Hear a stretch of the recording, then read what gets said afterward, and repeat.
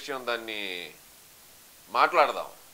మరి ఈరోజు జగన్మోహన్ రెడ్డి ఏ గుడికి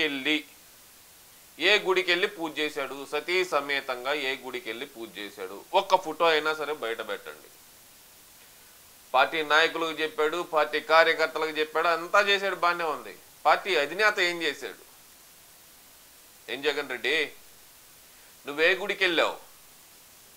తిరుపతి దాకా రాని లేదన్నావు.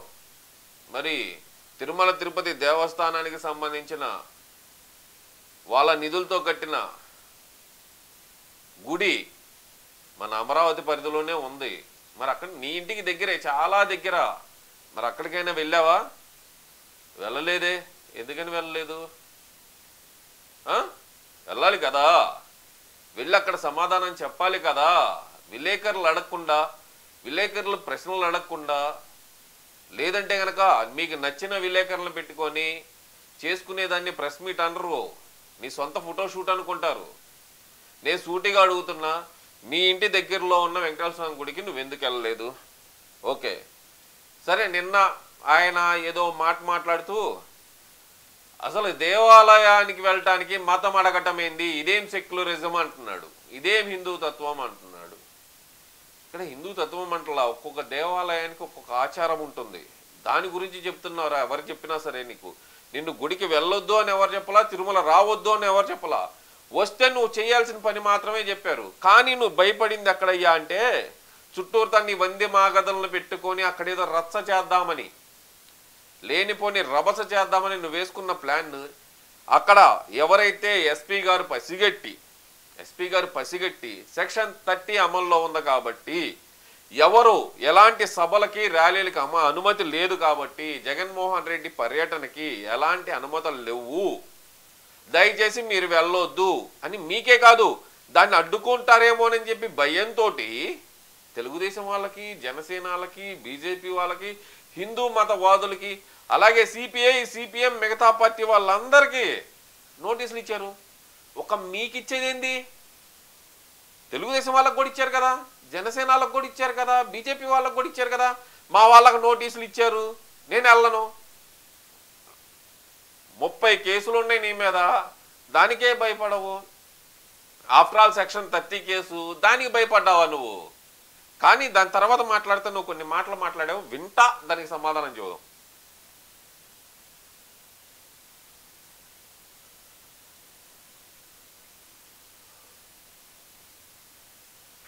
అడుగుతా ఉన్నా, నా మతం ఏమిటి అని అడుగుతా ఉన్నారు.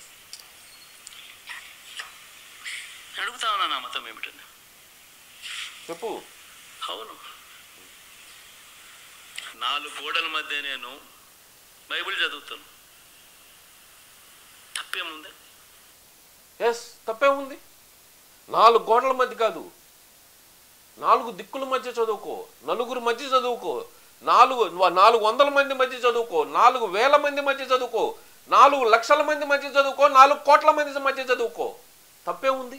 తప్పని ఎవరన్నారు ఇక్కడ? చెప్పు. నువ్వు బైబిల్ చదవటం తప్పు అని ఎవరైనా అన్నారా? ఎవరు అనలేదు కదా. దాని గురించి ఎందుకు నీకు బాధ? ఇంకా ఏదో మాట్లాడుతున్నాడు, విందా. బయటికి పోతే హిందూ సాంప్రదాయాలను నేను అనుసరిస్తాను, గౌరవిస్తాను. ఓకే, తప్పులేదు. బయటికి పోతే ఇస్లాంను అనుసరిస్తాను, గౌరవిస్తాను. ఓకే, అది తప్పులేదు. బయటికి పోతే సిక్కిజంను అనుసరిస్తాను, సిక్కిజంను నేను గౌరవిస్తాను. అస్సలు తప్పులేదు. నా మతమే ఇంతవరకు బాగానే ఉంది. హిందూ మతాన్ని ఆచరిస్తాను, గౌరవిస్తాను అంటున్నావు. నీకు తెలియకపోతే గనక దేవాలయాల్లో కానీ, లేదంటే గనక పవిత్రమైన స్థలాల్లో కానీ కొన్ని నిబంధనలు అనేవి ఉంటాయి జగన్ రెడ్డి. నీకు ఉదాహరణకి కేరళలోని 2 టెంపుల్స్ గురించి చెబుతా. శబరిమల అయ్యప్ప స్వామి టెంపుల్కి నువ్వెప్పుడైనా సరే, ఎవరైనా సరే, మీకు తెలిసి కానీ మీ వైసీపీ కార్యకర్తలు ఉన్నారు కదా, పేటీఎం కార్యకర్తలు, వాళ్ళు వెళ్ళుంటారు. అక్కడికి వెళ్ళేవాళ్ళు పొదునెట్టాంబడి ఎక్కాలంటే గనక మాలధారణ చేసి ఉండాలి, శిరస్సున ఇరుముడి ధరించి ఉండాలి. ఇది అక్కడ నిబంధన. అక్కడ నువ్వు ఎస్సీనా, ఎస్టీనా, బీసీనా, మైనార్టీనా ఏమి చూడరు. ఇవేమి చూడరు. అక్కడ చూసేది ఏంది, నువ్వు మాల ధరించి ఉన్నావా, లేదంటే గనక మాల ధరించి నెత్తిన ఇరుముడి ధరించి ఉన్నావా, ఇది చూస్తారు. కేరళలోని ఇంకో గుడి ఉంది, గురువాయూర్. ఆ గుడిలోకి వెళ్ళాలంటే గనక ఎవరైనా సరే, మహిళలైతే గనక చీర కట్టుకొని వెళ్ళాలి. మగవారైతే గనక చొక్కా లేకుండా లోపలికి వెళ్ళాలి. ఇది తెలుసా నీకు? ఇది తెలుసా? తమిళనాడులో కొన్ని టెంపుల్స్ ఉన్నాయి, అక్కడ లోపలికి వెళ్ళాలంటే మగవాళ్ళు చొక్కా తీసి మాత్రమే వెళ్ళాలి. అవన్నీ తెలుసా నీకు? ఇస్లాంని గౌరవిస్తానన్నావు, ఇస్లాంని గౌరవిస్తావు కదా. మక్కా, నీకు ఉదాహరణగా మక్కా చెప్తున్నా. బాంచత్, నువ్వు ఇక్కడ మాట్లాడినట్టే నేను వెళ్తా, నన్ను ఎవరేం బీగుతారు, మాజీ సీఎంని అని అంటావేమో. అక్కడ కుదరదు, నీకు కత్తిరించి పంపిస్తారు. ఎవరైనా సరే అక్కడికి వెళ్ళాలి అంటే కనుక ముస్లింగా మారిన తర్వాత కన్వర్ట్గా మాత్రమే వెళ్ళాలి. మక్కాలోకి వెళ్ళేటప్పుడు నీ పాస్పోర్ట్ తీసుకుంటారు. నువ్వు హిందూ అయినా సరే, క్రిస్టియన్ అయినా సరే, నిన్ను వెనక్కి మాత్రమే పంపిస్తారు. ఇస్లాం ధర్మం ప్రకారం మక్కాని దర్శించుకోగలిగేది ఒక పవిత్రమైన ముస్లిం మాత్రమే అనేది వాళ్ళ ప్రగాఢ నమ్మకం. అలాంటి నమ్మకం. ఇంకా సిక్కిజం అన్నావు, సిక్కిజం గురించి మాట్లాడదాం. సిక్కులు పవిత్రంగా భావించే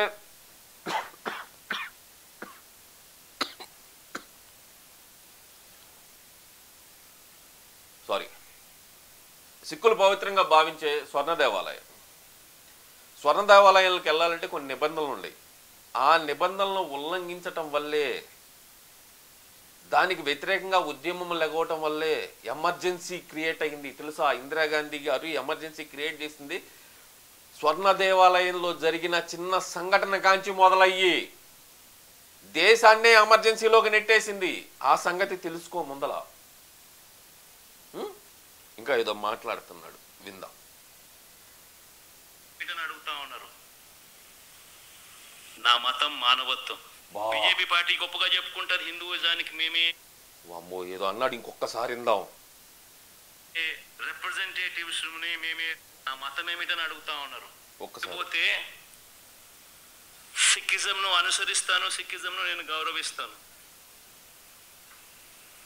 నా మతం ఏమిటని అడుగుతా ఉన్నారు. నా మతం మానవత్వం. బీజేపీ పార్టీ గొప్పగా వామ్మో, నీ మతం మానవత్వమా? అయ్యా, మానవత్వమా? నిజమేనా జగన్ రెడ్డి? నీ మతం మానవత్వం అయితే చీరాల్లో కిరణ్ కుమార్ చనిపోయినప్పుడు ఆ మానవత్వం ఎక్కడికి వెళ్ళిపోయింది? డాక్టర్ సుధాకర్ చనిపోయినప్పుడు ఆ మానవత్వం ఎక్కడికి వెళ్ళిపోయింది? అమరావతి రైతులు, జగన్ రెడ్డి చెవులు దగ్గర పెట్టుకుని, నువ్వు అరే పేటీఎం నా కొడకల్లారా, మీరు కూడా చెవులు దగ్గర పెట్టుకోనేనండి. అమరావతి రైతులు అమరావతి నుంచి తిరుపతి దాకా మహాపాదయాత్ర చేపడితే గనక వాళ్ళని బూటుకాలతో తన్నిచ్చినప్పుడు ఆ మానవత్వం ఏమైపోయింది? గుంటూరు నుంచి తిరుపతి దాకా ఏ పోలీస్ స్టేషన్ పడితే ఆ పోలీస్ స్టేషన్లో స్టేషన్ దాటి మరొక స్టేషన్కి వెళ్ళగానే అక్కడ కేసులు పెట్టించినప్పుడు ఆ మానవత్వం ఏమైపోయింది రా నీ దగ్గర? నీ మతం మానవత్వం అయితే గనక చెప్పు, నేను అడిగిన దానికి సమాధానం చెప్పు. నీ మతం మానవత్వం గురించి అడగాలంటే గనక నీ చెల్లి షర్మిలాని అడిగితే సరిపోతుందా? లేదంటే నీ ఇంకొక చెల్లి సునీతని అడిగితే సరిపోతుందా? లేదా నా కొడుకు ఓటేయొద్దు, కడపలో నా కూతురికి ఓటేయండి అని చెప్పిన మీ తల్లిగారైనా విజయమ్మని అడిగితే సరిపోతుందా? ఎవరిని అడిగితే సరిపోతుంది నీ మతం మానవత్వం అని చెప్పడానికి? లేదంటే చనిపోయి ఆత్మరూపంలో తిరుగుతున్న ఘోషిస్తున్న వివేకానంద రెడ్డి గారిని అడిగితే చెప్తారా నీ మతం ఏమిటనేది? ఇదేనా నీ మతం? ఇదంతా ఒక ఎత్తు అయితే గనక ఇక్కడ అన్నకి కొంచెం కష్టం కలగగానే ఒక దున్న బయటకు వచ్చిందండి. ఈ దున్న వాగిద్ది ఒక్కసారి వినిపిస్తా, ఆ దున్న వాగుడు కూడా మీకు. తిరుమల రావడానికి భయపడుతున్నాడు, డిక్లరేషన్ ఇవ్వబడుతుంది కాబట్టి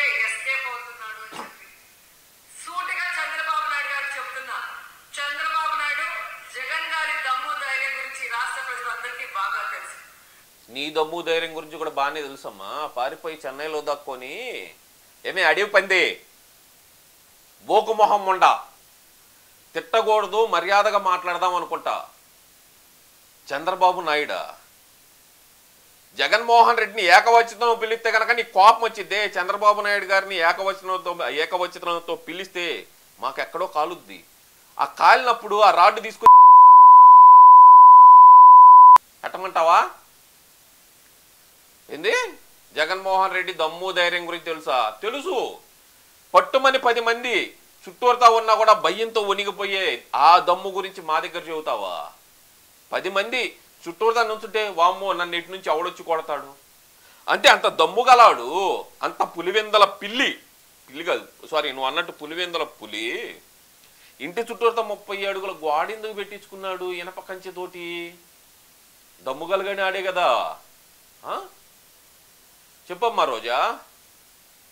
అడివి పందిలాగా ఓర్ర పందిలాగా తిరుమల మొత్తం మాడ వీధులు తిరిగి మలినం చేసావు కదే. ఎంతకంటే దారుణంగా తిట్టాలన్నది కానీ మహిళా మనులు కూడా చూస్తూ ఉంటారని చెప్పి కొంచెం ఆపుకోవాల్సి వస్తుంది. ఇంకా ఏదో వాగుతుంది, విందాం.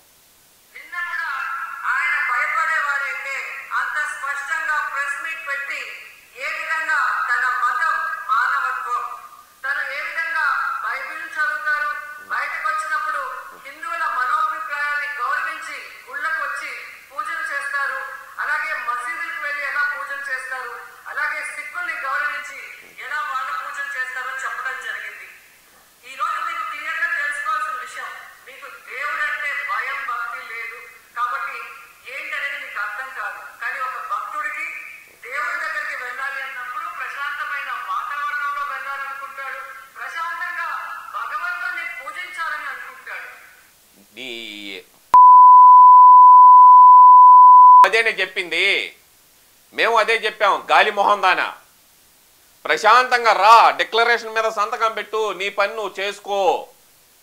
ఎవరు ఆపలేదే.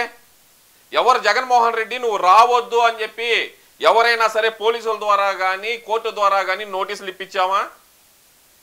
ఇప్పిలేదే. ఏం చెప్పామే గాలి మొహం దానా నీకు? నీకు కాదు, మీ జగన్మోహన్ రెడ్డికి ఏం చెప్పాం?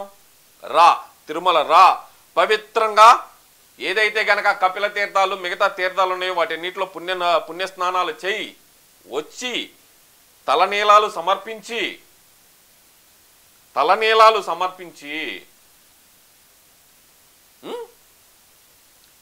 స్వామివారికి డిక్లరేషన్ మీద సంతకం పెట్టి వెళ్ళి దర్శనం చేసుకోమన్నాం. ఇంకెక్కడ ఆపాం? ఆపలేదు కదా. ఎందుకు ఆపినట్టు ఓ తెగచించుకుంటావు? ఇందులో మళ్ళీ కులాల గొడవ మతాల గొడవ లేపాలని ఆ ముండమోపి నా కొడుకు చూస్తావు అంటాడు, దానికి మీరు ఒత్తాసు పలుకుతా ఉంటారు.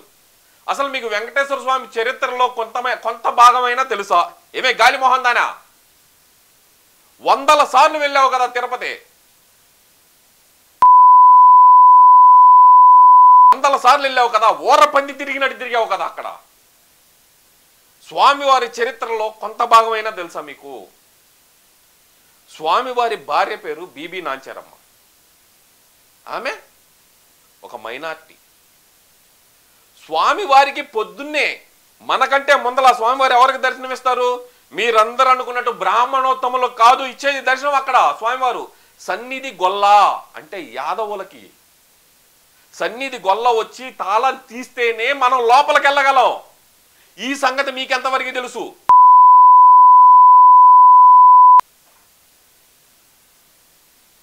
గాలి లకారాలు వాడాల్సి వచ్చిందే ఎక్కువ తక్కువ మాట్లాడావంటే. వాడేమో ఆ యదవనా కొడుకేమో కులాలు మతాలు అంటూ మాట్లాడతాడా? ఇందులో కులాలు ఎవరు అడిగారు? మాజీ సీఎంనైనా నాకే ఎలా ఉంటే మిగతా దళిత సోదరులకు ఎలా ఉండేది? ఎవరు చెప్పారు నీకు? నీకు వచ్చి కంప్లైంట్ ఇచ్చిన ఒక్క యదవ పేరు చెప్పు. ఒక్క యదవ పేరు. నా కొడక ఎవరైనా కంప్లైంట్ ఇచ్చారంట నీకు? లేదంటే మందలో ఎవరైనా చెప్పారంటే నీకు? చెప్పండి రా మీ ఇద్దరం. ఇంకొకసారి గనక స్వామి వారితో ఆటలాడాలని చూస్తే గనక ఒక్కొక్కరికి పైన కింద చీరి ఉప్పు కారం పెడతాం. గాలి నా కొడకల్లారా. స్వామివారితో ఆటలాడతారంటరా? నువ్వు నీకు ఇష్టమైతే బైబిలు 4 కోట్ల మంది మధ్య చదువుకో, లేదంటే గది బయట నుంచి వచ్చి 4 దిక్కుల మధ్య నుంచొని చుట్టూర్తా 4 దిక్కుల మధ్య ఎన్ని కోట్ల మంది చూస్తారో నాకైతే లేదు, చదువుకో. నీకు ఎవ్వరు తప్పుపట్టరు, ఎవరి మతం వాళ్ళకి గొప్పది. అలాగే హిందూ మతం అనేది మా హిందువులకు మాకు గొప్పది. నువ్వు వెళ్ళి డిక్లరేషన్ మీద సంతకం పెట్టి వెళ్ళు. ఇంకా ఏమంటది, గతంలో 5 సార్లు వెళ్ళాడు, వాళ్ళ నాన్నగారు 5 సార్లు వెళ్ళాడు. 5 సార్లు వెళ్ళినప్పుడు చెప్తున్నా క్లియర్గా అయినో, రాజశేఖర్ రెడ్డి డిక్లరేషన్ మీద సంతకం పెట్టాడు. కావాలంటే ఎల్వి సుబ్రహ్మణ్యం అడుగు చెబుతాడు. రోజా నీకే చెబుతున్నా, ఎల్వి సుబ్రహ్మణ్యాన్ని అడుగు చెబుతాడు. రాజశేఖర్ రెడ్డి సంతకం పెట్టాడు. ఈడు మాత్రం పెట్టలా, ఈ బోగ్గాడి పెట్టలా. పోయినసారి 2019లో గెలిచిన తర్వాత వెళ్ళి పొట్టు వస్త్రాలు సమర్పించే సమయంలో ఏదైతే డిక్లరేషన్ ఫామ్ మీద సంతకం పెట్టలేదని గొడవ అవుతుంటే ఆ డిక్లరేషన్ వ్యవస్థనే రద్దు చేయాలని చెప్పి అమెండ్మెంట్ మూవ్ చేశాడు ఈ ముండమోపాడు. ఈడు వెళ్తే తప్పేముంది, 5 సార్లు అధికార మదంతో తప్పు చేశాడని చెప్పి ఇప్పుడు కూడా పంపిస్తాననుకున్నావా? లేదంటే పంపిస్తారనుకున్నావా? డిక్లరేషన్ మీద సంతకం పెట్టండి, వెళ్ళండి. అది మీరు ఎప్పుడైనా వెళ్ళండి, మీ సావు ఎప్పుడైనా సావండి, కాకపోతే వెళ్ళి డిక్లరేషన్ మీద మాత్రం సంతకం పెట్టండి. ఇదే మేము కోరుకుంటుంది. మిమ్మల్ని ఎవ్వరూ అడ్డుకోరు. వెళ్ళి డిక్లరేషన్ మీద సంతకం పెట్టి మీ సావు మీరు సావండి. బయటకు వచ్చి